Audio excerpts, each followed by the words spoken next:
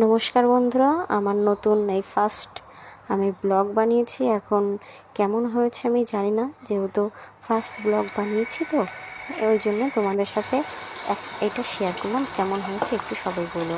আজকে আমি রান্না করছি বেগুন কচু দিয়ে মাছের ঝোল করছি। তো আমি যাই হোক, আমি সবাইকে জিনিসটা শেয়ার করছি।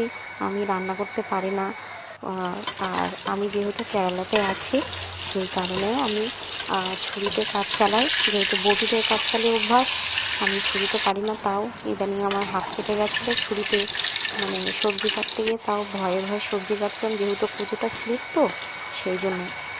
দেখো এখানে মাছ ভেজে নিয়েছি। মাছ ভাজার পরে বাড়িতে 2 পিস মাছ আছে, তারপরে পেঁয়াজ দিয়েছি, রসুন দিয়েছি।